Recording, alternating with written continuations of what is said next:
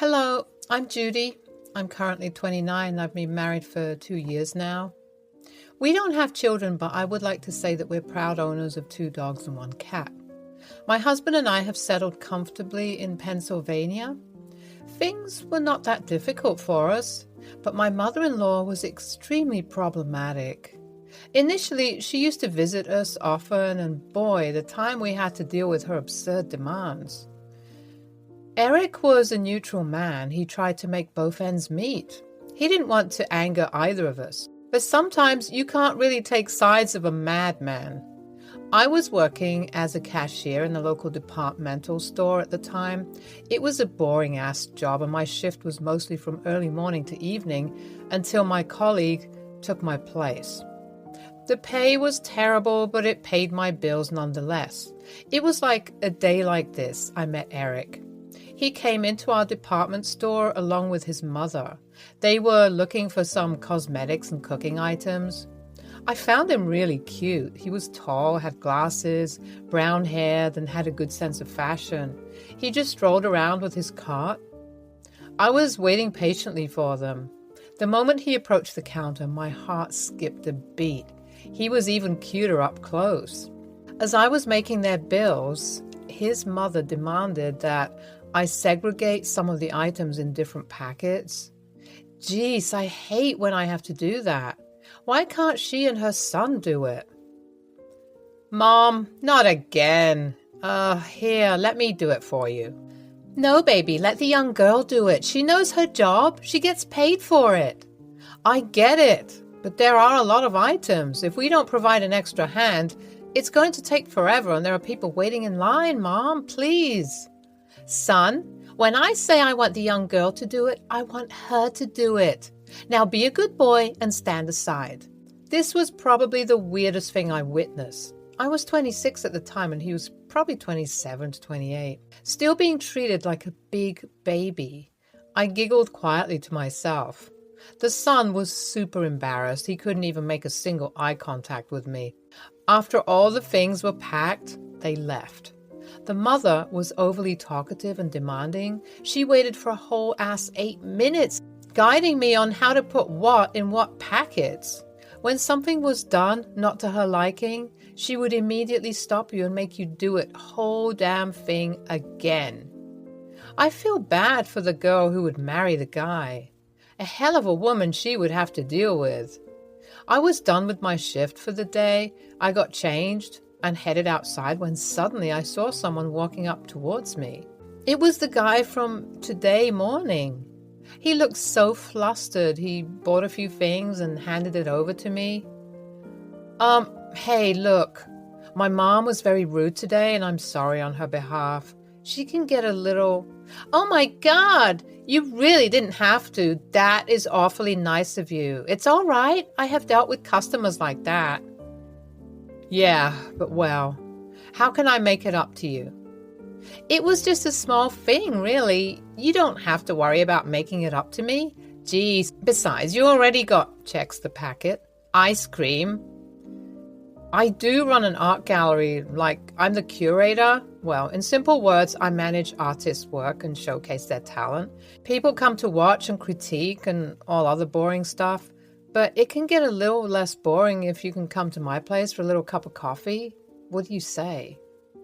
Are you asking me on a date? Well, if you want to look at it that way, then be it so. You don't really mind, do you? I don't, but is this all for what happened today, or...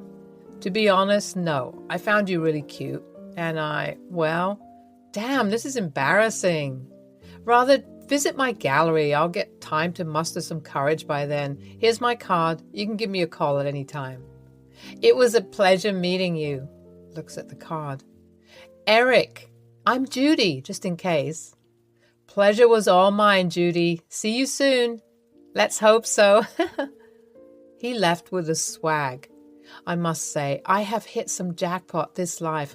A curator who owns an art gallery shows interest in plain old boring me? Well, okay, let's see how long this can go. Weeks passed and the memory of our encounter lingered in my mind. I finally mustered the courage to take Eric up on his invitation. I took his card from my purse and gave his number a call. Hello, Judy. Wait, how did you know it was me? I never called you before. You may call it anything, guess, telepathy, or intuition. I think I would call it waiting desperately for my crush to call. Oh, shh, you're exposing my secret. So, Judy, did you think about my proposal? Of course, that's why I called. I wanted to take an appointment, dear sir. You are indeed funny. There's no appointment needed when it's you. Just come a little before lunch, as I have things to prepare. We wouldn't want you to barge in on your surprise now, would we? Okay, now I'm super curious. This isn't fair. I hate cliffhangers. Well then, let's not wait for the next episode. Tomorrow, 11? Yes, done deal, monsieur. The day I visited the gallery, I was wearing a nice floral dress. Makeup, not too much. Kept it elegant and simple. The moment I reached the alley, a rush of excitement and nervousness washed over me. I had always appreciated art, but had never delved deep into its rich tapestry. As I walked through the gallery's doors, I was greeted by Eric, who handsomely grinned. He took me on a personalized tour, sharing stories about the various artists and their work. The passion and knowledge he exuded were contagious, and I found myself captivated by his every word. We spent hours strolling through the gallery, lost in the beauty that surrounded us. Eric's eyes sparkled with joy as he described the emotions and stories behind each piece. It was as if the art came alive under his guidance, whispering secrets and inviting us to dive deeper into their mysteries. So, doesn't it get difficult, the competition, I mean? While my gallery is smaller and more compact than the famous ones, I introduce underrated artists. Many rich clients wanted to buy from this place. I may not have reached fame, but it's not fame that I seek. I seek the joy of exploring new concepts and meanings. It's just me. You are different, Eric. It's nice to see someone not running after recognition all the time. Oh dear, it is 30 minutes past 1. You must be hungry. Shall we eat? His dining room was something straight out of a Victorian novel. It was so pretty and well decorated. I was baffled by the aesthetic sense of this man. I was now low-key getting really insecure. I felt like Eric was too good for me. I mean, any woman would be charmed by the elaboration made by him. The table looked like royalty. Geez, do I even deserve this? Of course I don't. But Eric never made me feel small. He was warm and welcoming, even offered to serve me. You did all this for us? Are you serious? Of course. Why not? It's just the two of us. Oh, Eric, you really didn't have to work so hard just for us. I would have been happy with takeout, really. Nonsense. Takeout for a lovely lady? Absolutely not. We were having such a wonderful time with beautiful background music taking place. I almost got lost in my own wonderland when suddenly we both heard rapid footsteps down the hallway. It came closer to the door and the door swung open. It was Eric's mother. The woman made a dashing entrance, which reminded me of those soap opera actresses. I tried my best to contain my laughter. Oh, here you are. I've been screaming your name and no response. How hurtful. I thought you weren't home, but here I see you're having dinner with a... Eric's eyes widened with a mixture of shock and concern. He quickly rose from his attempts to conceal his uneasiness. My heart raced as I stood up, feeling a wave of anxiety wash over me. I had not anticipated this unexpected encounter with his mother. Mother, this is Judy. She's a friend. A very special friend. I know who she is. The lazy cashier from the departmental store. I can remember her face when I need to. His mother's piercing gaze shifted from Eric to me, her eyes following my every move. I felt a sudden urge to shrink under her gaze, but I stood my ground, determined not to let her judgment affect me. Well, Eric, I didn't realize you were inviting street cats into our home. It would have been nice to be informed. Mom, please don't talk like that. I was about to. I wasn't aware that you were coming today. Well, I was here to deliver my home-cooked pie, but you have a whole food galore going on yourself. I'll just keep it on the table. Whether you eat it or throw it, it's up to you. Oh, Mother. Mrs. Anderson, how about you join us? I mean, we do have plenty, and we would love it if you could make some time. Kim was unfazed by my proposal. She kept the pie on the table and looked sharply at Eric. Well, I hope you're enjoying your meal, dear. Remember, we have an appointment later. Don't let this distraction get in the way. She left. The room was filled with silence. I felt like the aftermath of a tidal wave hitting a lonely shore. We tried to keep our composure after that. I could see Eric was shaking. He did seem like the sensitive kind, and I loved that about him. I poured some champagne into his glass. He looked at me. He couldn't help but feel extremely at fault for his mother's behavior. Eric, I understand if you need to go. Judy, I'm sorry about my mother's behavior. It's complicated. But I don't want her to ruin our time together. Let's finish our lunch. As we continued our meal, the sound of laughter gradually filled the room once more, pushing back against the lingering tension. We focused on the love and companionship we shared, allowing it to be our shield against the toxicity that occasionally seeped into Eric's life. We used to have secret outings and risky dates. His mother was always up on his heels. She would always call and ask him if he was with me or not. He would give some excuse and then cut the call.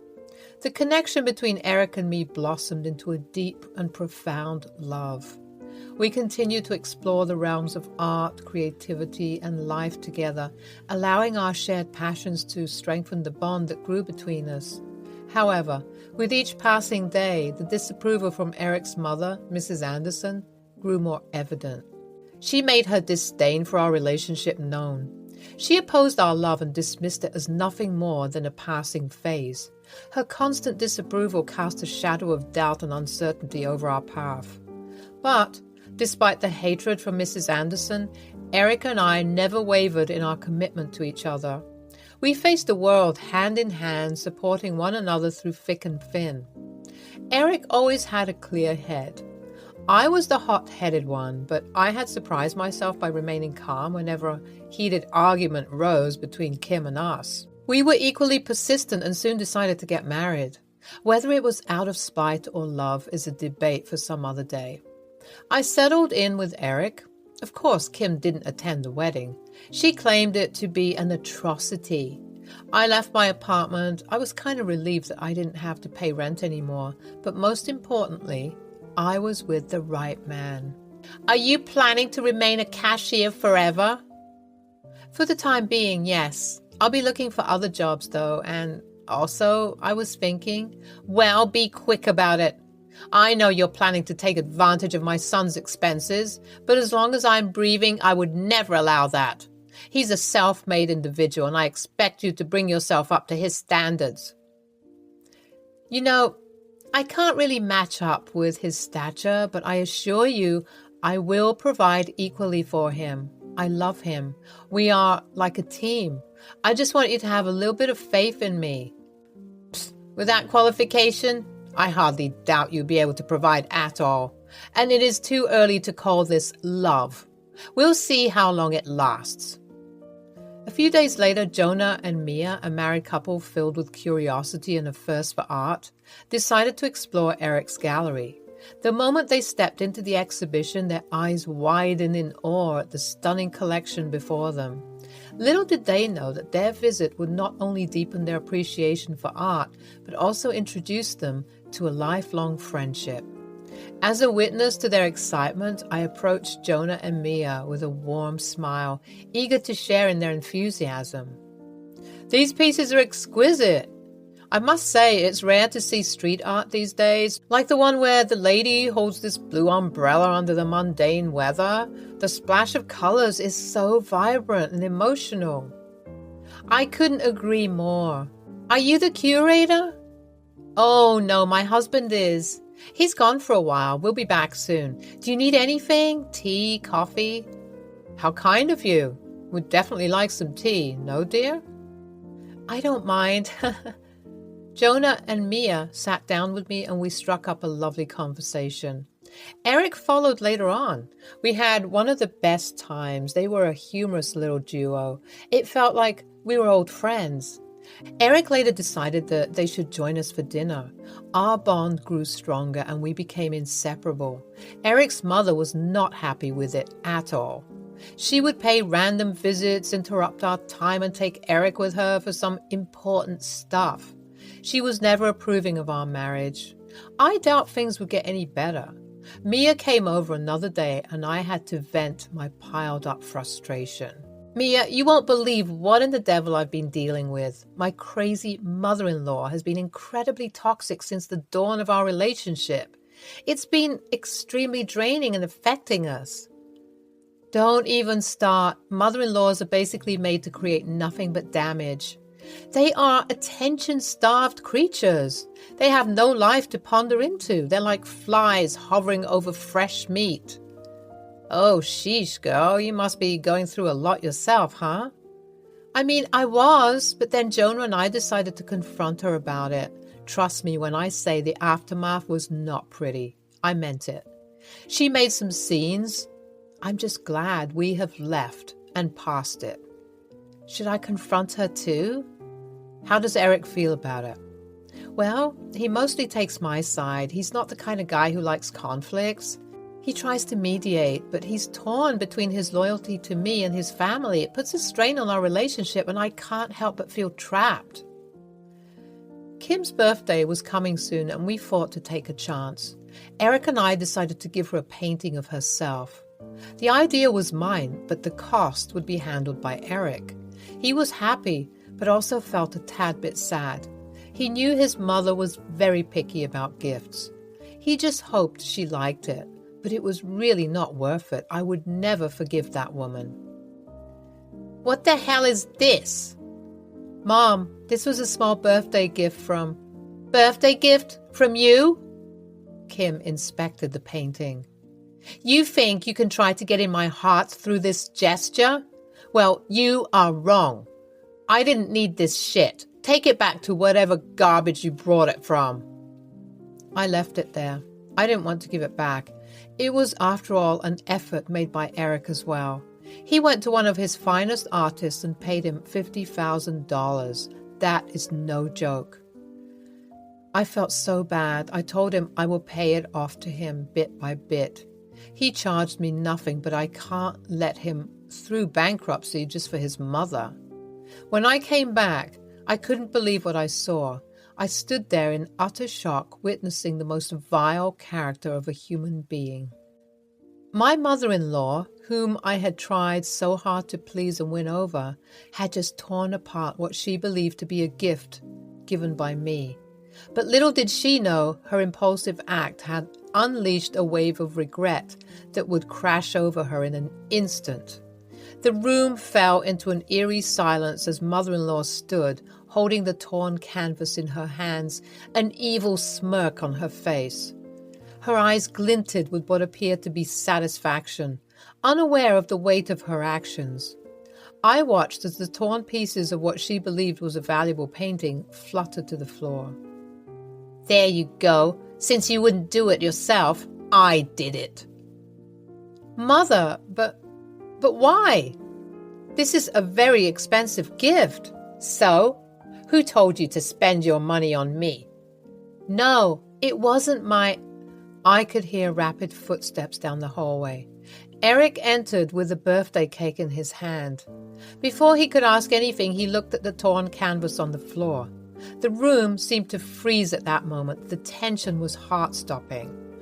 I exchanged a glance with Eric, silently acknowledging the ruse we had played on mother-in-law. It was a test, a way to reveal her true colors and see how she valued our relationship. What did you do, Mother? That fine piece of work cost a fortune. How could you? Wait, you paid for this? And you destroyed it like it was some piece of scrap? Do you realize that Judy was thoughtful enough to give you a gift after all that you have done to her? After the filthy names you called her? I was unsure, but she convinced me to give it another chance. That there was a way of showing affection where she could make you understand that she was not your enemy. Eric, No, Mother, you have spoken enough. I've always tried to make things better amongst us, but you are hell-bent on making things worse. What kind of a mother are you? A mother who's not happy with their son's happiness does not have the right to be called a mother. Eric, hey, calm down. No, Judy, I have had enough, faces Kim. Do you know what was the cost of that painting? $50,000. Can you imagine? But we still managed it somehow. It was, after all, your birthday. I'm so sorry. I really didn't. Just get out. Never ever show your face to me again until you compensate me all the money. Do you hear me? Eric, are you sure about this? Of course. Mother dearest here needs a lesson. She's obviously crossed the threshold this time. Kim left crying profusely. It has been more than a year since I've seen her. Whatever transactional affair she had with her son happened in private. She is trying her best to compensate for the damage with whatever she could earn. She begged to stay with us, but Eric and I refused to let negativity dictate our lives. Slowly, I left my job as a cashier. I helped Eric part-time with his gallery and applied for another job very close to where we live. It was a plant shop. The old lady wanted an apprentice for a long time, so I signed in. We got 2 dogs, a beagle and a dachshund, plus a stray cat. Jonah and Mia became our closest friends. They often visit us and vice versa. Trust me, life couldn't get any better after that. I'm just glad we managed to get past it and are trying our best to nurture each other as much